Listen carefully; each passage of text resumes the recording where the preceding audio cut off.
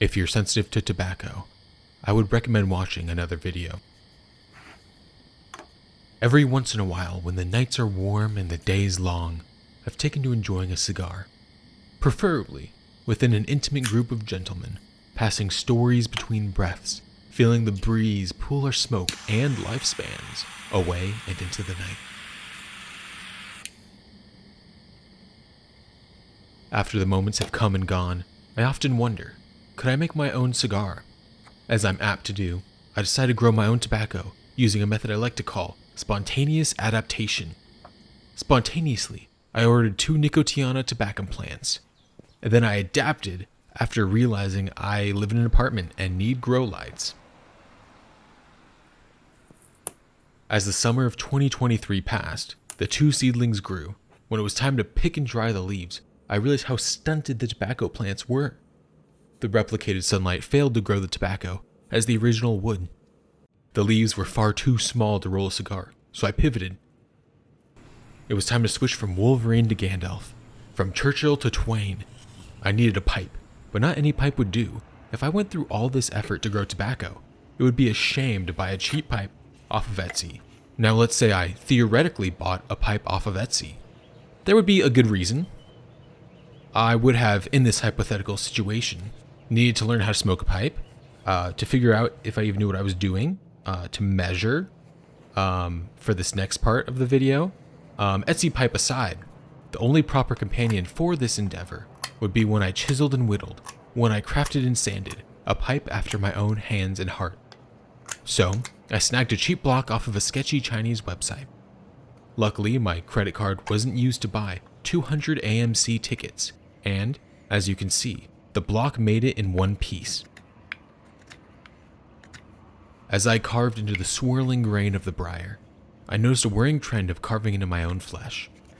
Exercising some delayed forethought, I equipped some gloves with a slash resistance of +3.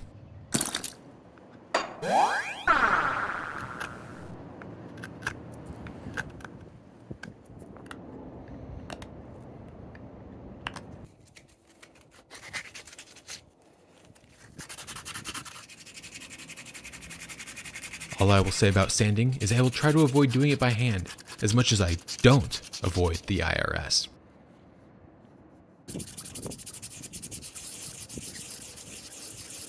After I rubbed down my pipe, it was time to oil it up.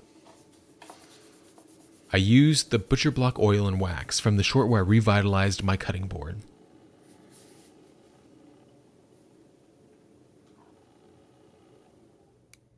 I also switched out the mouthpiece. The original one fit far better, and I even carved the pipe to fit it exactly. But the cat who lets me live in her house decided it was better chew toy. The tobacco had been drying for some time, so when the pipe was done, it was time to process it. The first step was removing the stem. I read somewhere that the stem has more nicotine than the rest of the leaf. After some more in-depth research, I have come to the conclusion that I have absolutely no clue.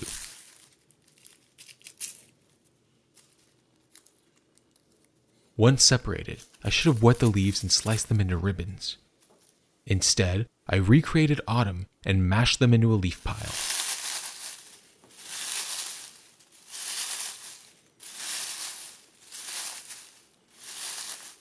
I then stuck the tobacco into my patented Ziploc humidor, trademarked the Soggy Sack. The Soggy Sack would ensure the proper humidity for an even smoke, all at the low price of $19.99. Finally, it was time to put it all together. I had the tobacco, the pipe, and a tamper I showed nothing about in this video. Yet, once again, it would be a crime to not find a suitable location to enjoy my apartment-grown tobacco and my hand-carved pipe. After waiting for the weather to warm and the flowers to bloom, I backpacked to a small lake nearby. Now, in hindsight, there are a lot of things I can do better, whether improving how I cultivate, to properly curing, or to ribbon cutting. I have my work cut out for me. Though the smoke was only a few minutes, it was worth all the time and effort for this moment.